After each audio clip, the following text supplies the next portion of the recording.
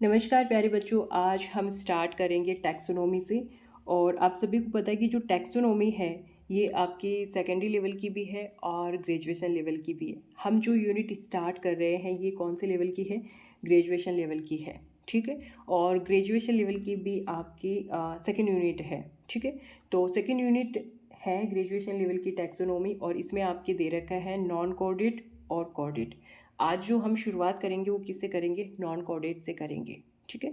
और इसके बाद में क्या पढ़ेंगे? कोऑर्डिनेटा पढ़ेंगे। नॉन कोऑर्डिनेट यानी अकशेरुक प्राणी से हम करेंगे, ठीक है। तो शुरुआत करते हैं, आ जाओ। नॉन कोऑर्डिनेट में सबसे पहले हम जो पढ़ेंगे भैया वो प्रोटोजोआ पढ़ेंगे, ठीक है। और वैसे आप सभी को पता है जब एनिमल किंगडम स्टार्ट करते हैं तो शुरुआत कहाँ से होती है? पोरीफेरा से होती है। हम यहाँ किससे कर रहे हैं? प्रोटोजोआ से कर रहे हैं। क्यों कर रहे हैं प्रोटोजोआ से? जब हम बीएससी वगैरह पढ़ते हैं तो उसमें जो आपके क्लासिफिकेशन वगैरह दे रखा होता है तो उसकी शुरुआत कहाँ से होती है? प्रोटोजोआ से होती है ना। तो उसमें दे रखा है तो उसी सिलेबस के अकॉर्डिंग हम पढ़ेंगे। प्रोटोजोआ से स्टार्ट करेंगे। वैसे होती कहाँ से? पोरीफेरा से होती है, ठीक है। तो और वैसे अब जो प्रोटोजोआ है इसको एनिमल किंगडम में नहीं पढ़ा जाता, तो फिर किस में पढ़ा जाता है? प्रोटिस्टा में पढ़ा जाता है, ठीक है। तो शुरुआत करते हैं प्रोटोजोआ से। प्रोटोजोआ में हम क्या क्या पढ़ेंगे आज ये देख लेते हैं। सबसे पहले हम इसके जनरल फीचर्स पढ़ेंगे, इसके बाद में बॉडी ऑर्गेनाइजेशन पढ़ेंगे, इसके बाद में न्यूट्रिशन, एक्सक्रीशन, रेस्पायरेशन, लोकोमोशन और क्या पढ़ेंगे? रिप्रोडक्शन पढ़ेंगे, ठीक है। तो ये पढ़ेंगे सारे किसके बारे में? प्रोटोजोआ के बारे में। सबसे पहले यहाँ पर देखिए प्रोटोजोआ फाइलम। प्रोटोजोआ का मतलब क्या होता है? यहाँ पर देखिए प्रोटो का मतलब क्या होता है? फर्स्ट होता है। और जोआ का मतलब क्या होता है? एनिमल होता है, ठीक है। और प्रोटोजोआ की जो स्टडी है वो क्या कहलाती है? प्रोटोजोलॉजी कहलाती है। क्या कहलाती है? प्रोटोजोलॉजी कहलाती है।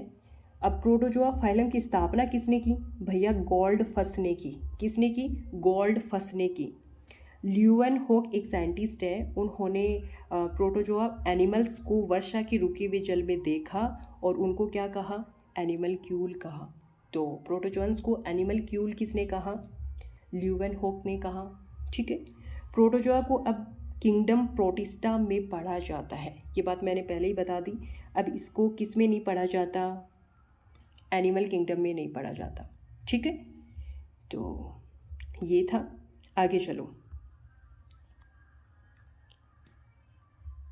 किंगडम प्रोटिस्टा में यूनिसेलुलर यूकैरियोट्स को शामिल किया जाता है। ध्यान रखना, जो प्रोटिस्टा है उसमें किसको शामिल किया जाता है? यूनिसेलुलर यूकैरियोट्स को शामिल किया जाता है, ठीक है। तो ये कुछ बातें थी प्रोटोजोआ फाइलम के बारे में। आगे देखिए, प्रोटोजोआ में पाए जाने वाली एकल सेल वे सभी कार्यों को संपन्न करती हैं जो एक मल्टी सेलुलर ऑर्गेनिज्म में बहुत सारी सेल मिलकर के कार्य करती है, ठीक है। समझ में आ गया भाई? प्रोटोजोआ के अंदर एक सेल सारे कार्यों को संपन्न करती है, जबकि मल्टी सेलुलर ऑर्गेनिज्म में वही काम बहुत सारी सेल मिलकर के कार्य करती हैं। और इसी वजह से डोबेल भाई साहब ने प्रोटोजोवंस को क्या कहा? एसेलुलर कहा। ध्यान रखना, एसेलुलर कहा, यूनिसेलुलर नहीं कहा, ठीक है। एसेलुलर क्यों कहा? भाई इसने बताया कि जो single cell is performing all activities of life, इसलिए डोबेल भाई साहब ने क्या कहा? कि इनको एसेलुलर कहा, ठीक है। अब इनके कुछ जनरल फीचर्स देखते हैं हम। देखो, जनरल फीचर्स में सबसे पहले हम जो देखेंगे वो हैबिटाट है, ठीक है। क्या है? हैबिटाट है। जो प्रोटोजोन्स होते हैं वो फ्री लिविंग होते हैं, मुक्त जीवी एक्वाटिक जीव होते हैं, ठीक है। और ये पैरासिटिक भी होते हैं, परजीवी भी होते हैं। सोलिट्री यानी एकल या फिर कॉलोनियल यानी निवई भी होते हैं। कहने का मतलब है जो प्रोटोजोन्स हैं वो free living, aquatic, parasitic, solitary या फिर कॉलोनियल हो सकते हैं या फिर होते हैं, ठीक है। सोलिट्री और कॉलोनियल का एक एग्जाम्पल है प्रोटेरोस्पोंजिया। क्या है? प्रोटेरोस्पोंजिया, ठीक है। और माइक्रोस्कोप से ही से देख सकते हैं। समझ में आ गया भाई, जो प्रोटोजोन्स हैं उनको माइक्रोस्कोप से देख सकते हैं, सूक्ष्मदर्शी से ही देख सकते हैं। अगला यहाँ पर जो पॉइंट है वो बॉडी ऑर्गेनाइजेशन यानी शरीर संगठन किस टाइप का है, जीवद्रव्य प्रकार का है, प्रोटोप्लाज्म टाइप का है। ठीक है, अब प्रोटोप्लाज्म टाइप का क्यों है बता दिया भाई, जो सिंगल सेल है वो सारी एक्टिविटीज को क्या करती है, परफॉर्म करती है, यानी एक सेल सारे काम कर लेती है। ठीक है, और इसी वजह से इनका जो बॉडी ऑर्गेनाइजेशन है वो कैसा है, प्रोटोप्लाज्मिक टाइप का है। ठीक है, ये जो प्रोटोप्लाज्म है ये न्यूक्लिएटेड यानी एक केंद्रीय हो सकता है या फिर मल्टी न्यूक्लिएटेड यानी बहुकेंद्रीय हो सकता है। कौन, प्रोटोप्लाज्म की बात कर रहे हैं। ठीक है, आगे देखिए, कभी कभी न्यूक्लियर डाइमॉर्फोजिम भी देखने को मिलती है, यानी केंद्रीय की द्विरूपता भी देखने को मिलती है। एग्जाम्पल यहाँ पर देखिए, पैरामीशियम में गुरु केंद्रक यानी मैक्रो न्यूक्लियस पाया जाता है। और मैक्रो का आप सबको पता है क्या होता है, मैक्रो यानी बड़ा केंद्रक भी पाया जाता है, और क्या पाया जाता है, छोटा केंद्रक यानी लघु केंद्रक भी यहाँ पर देखने को मिलता है। किसमें, पैरामीशियम में।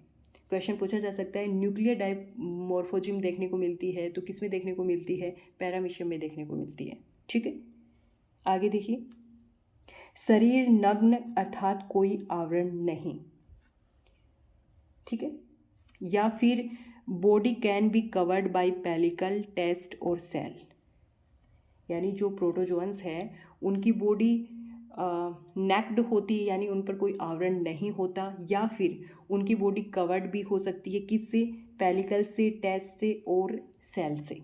ठीक है, आगे देखिए, कैल्शियम कार्बोनेट और सिलिका सेल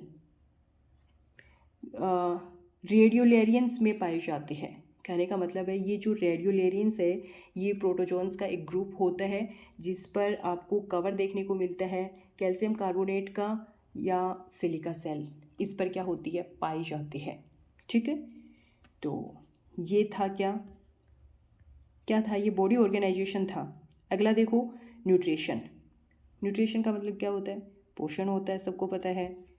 तो प्रोटोजोन्स में कैसा न्यूट्रिशन आपको देखने को मिलता है, देखो, होलोजोइक का मतलब क्या होता है, प्राणी संभोजी यानी एनिमल की तरह न्यूट्रिशन, एनिमल लाइक न्यूट्रिशन। ठीक है, पैरासिटिक, परजीवी का तो पता ही है ना आपको, दूसरे लिविंग होस्ट से न्यूट्रिशन प्राप्त करता है, वो क्या होता है, पैरासिटिक होता है। तीसरा यहाँ पर मिक्सोट्रोफिक यानी मिश्र पोषी, जिसमें आप सबको पता है क्या देखने को मिलता है, यूग्लिना देखने को मिलता है। ठीक है, अगला पॉइंट देखिए, एक्सक्रीशन, और साथ में ही पढ़ेंगे रेस्पायरेशन। ठीक है, एक्सक्रीशन और रेस्पायरेशन जो प्रोटोजोन्स होते हैं उनमें बॉडी की सामान्य सतह से होता है, यानी बॉडी की जनरल सरफेस से एक्सक्रीशन भी होता है और क्या होता है, रेस्पायरेशन भी होता है। ठीक है, तो ये था क्या, एक्सक्रीशन। ओके, अब यहाँ पर देखिए एक्सक्रीटरी प्रोडक्ट, क्या देखेंगे, एक्सक्रीटरी प्रोडक्ट देखेंगे। प्रोटोजोन्स का एक्सक्रीटरी प्रोडक्ट क्या होता है, अमोनिया होता है। ज़्यादातर जो एक्वाटिक एनिमल्स होते हैं ना उनमें एक्सक्रीटरी प्रोडक्ट होता है, वो क्या होता है, अमोनिया ही होता है। कुछ प्राणियों में एक्सक्रीशन व ऑस्मो रेगुलेशन के लिए कॉन्ट्रैक्टाइल वैक्यूल पाए जाते हैं। कॉन्ट्रैक्टाइल वैक्यूल यानी संकुचनशील रिक्तिका पाए जाते हैं। ये जो संकुचनशील रिक्तिका है इसके द्वारा एक्स्ट्रा वाटर यानी जो अतिरिक्त जल होता है उसको बॉडी से बाहर निकाला जाता है। ठीक है, तो एक्सक्रीटरी प्रोडक्ट यहाँ पर क्या होता है, अमोनिया होता है। ओके, आगे देखिए, लोकोमोशन यानी गमन। लोकोमोशन है वो डिफरेंट जो प्रोटोजोन्स हैं उनमें अलग अलग रचनाओं के द्वारा होता है। ठीक है, तो कुछ एग्जाम्पल्स यहाँ पर हम देखेंगे। देखिए, फ्लैजिलेट्स में लोकोमोशन फ्लैजिला के द्वारा यानी कसाब के द्वारा होता है। सीलिएट्स होते हैं उनमें लोकोमोशन है वो सीलिया के द्वारा होता है। ठीक है, और सार्कोडीना या फिर राइजोपोडा, इनमें जो लोकोमोशन है वो कूट पादों यानी सूडोपोडिया के द्वारा होता है। नोट लगा लेना यहाँ पर इम्पोर्टेंट है। स्पोरोजोआ के सदस्यों में लोकोमोटरी ऑर्गन यानी जो गमनांक हैं वो कैसे होते हैं भैया, अब्सेंट होते हैं। जबकि फ्लैजिलेट्स में फ्लैजेला के द्वारा होता है, सीलियर्स में सीलिया के द्वारा होता है, सार्कोडीना या फिर राइजोपोडा में सूडोपोडिया के द्वारा लोकोमोशन होता है।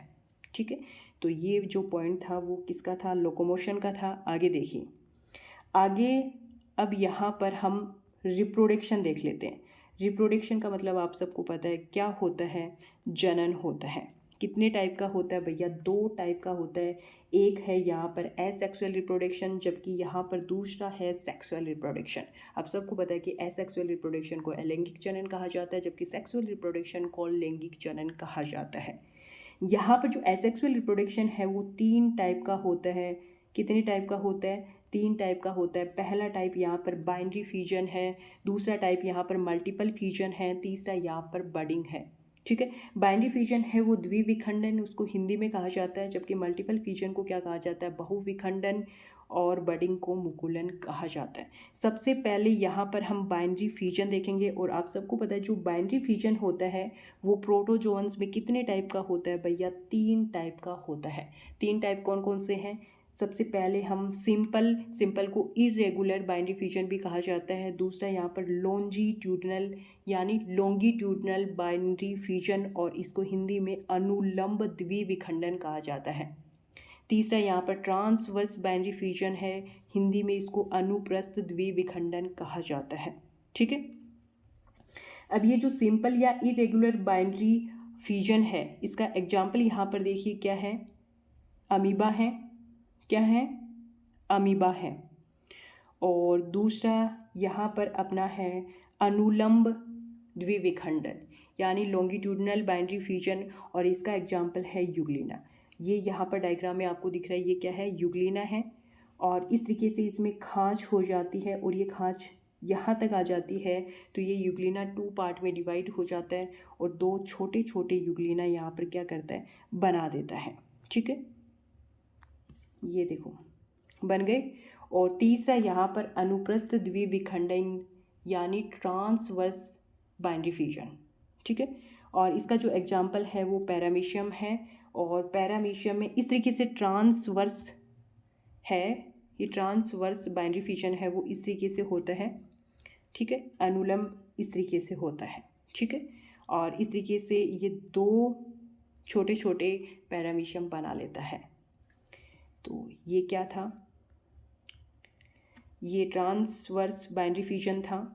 ठीक है, फिर से देखो एक बार, यहाँ पर रिप्रोडक्शन 2 टाइप का होता है। सबसे पहले हमने एसेक्सुअल रिप्रोडक्शन देखा, 3 टाइप का होता है, बाइनरी फ्यूजन, मल्टीपल फ्यूजन और बडिंग। फिर बाइनरी फ्यूजन को देखा जो कि प्रोटोजोन्स में 3 टाइप का होता है, सिंपल अमीबा में होता है, लॉन्गिट्यूडनल यूग्लिना में होता है, ट्रांसवर्स ये पैरामीशियम में होता है। अब बचा कौन सा, सेक्सुअल रिप्रोडक्शन बचा, तो इसको भी देख लेते हैं। ये रहा सेक्सुअल रिप्रोडक्शन, हिंदी में आप सबको पता है कि इसको क्या कहा जाता है, लैंगिक जनन कहा जाता है। ठीक है, ये 2 टाइप का होता है, एक है सिनगैमी जिसको हिंदी में युग्मक सलियन कहा जाता है, दूसरा यहाँ पर कॉन्जुगेशन है जिसको संयुग्मन कहा जाता है। यानी सेक्सुअल रिप्रोडक्शन है वो युग्मक सलियन के द्वारा होता है और एक होता है संयुग्मन के द्वारा। जो युग्मक सलियन के द्वारा होता है वो प्लाज्मोडियम में होता है, और जो संयुग्मन के द्वारा सेक्सुअल रिप्रोडक्शन होता है वो किस में होता है, पैरामीशियम में होता है। तो ये था प्रोटोजोआ के बारे में हमने देखा। क्या देखा, जनरल फीचर्स देखे, बॉडी ऑर्गेनाइजेशन देखा, न्यूट्रिशन देखा, एक्सक्रीशन देखा, रेस्पायरेशन देखा, लोकोमोशन देखा, और साथ में क्या देखा, रिप्रोडक्शन भी देखा। ठीक है, तो ये सारी चीज़ें हमने किसके बारे में पढ़ी, प्रोटोजोआ के बारे में पढ़ी। ठीक है, आगे जो हम पढ़ेंगे वो प्रोटोजोआ का क्लासिफिकेशन होगा, और उसमें हम क्या देखेंगे, आप सबको पता है कि जो प्रोटोजोआ की जो मेजर क्लास हैं उनको 4 पार्ट में डिवाइड किया गया है। कितने पार्ट में, 4 पार्ट में डिवाइड किया गया है। पहली कौन सी है, मस्टिगोफोरा है, और उसी को क्या कहा जाता है, फ्लैजिलेटा कहा जाता है। दूसरी आप सबको पता है कौन सी है, सार्कोडीना और उसको क्या कहा जाता है, उसको राइजोपोडा भी कहा जाता है। और तीसरी है सीलिएटा और चौथी है स्पोरोजोआ। क्या है? स्पोरोजोआ, वही स्पोरोजोआ जिसमें लोकोमोटरी ऑर्गन क्या होते हैं, अब्सेंट होते हैं। तो ये सारी बातें किसके बारे में है, प्रोटोजोआ के बारे में। आपको वीडियो अच्छा लगा तो लाइक कर सकते हैं, शेयर कर सकते हैं अपने दोस्तों के साथ में, प्यारा सा कमेंट छोड़ सकते हैं। और इस वीडियो लेक्चर में इतना ही, फिर मिलेंगे एक नए टॉपिक के साथ में। तब तक की जय हिंद, जय भारत।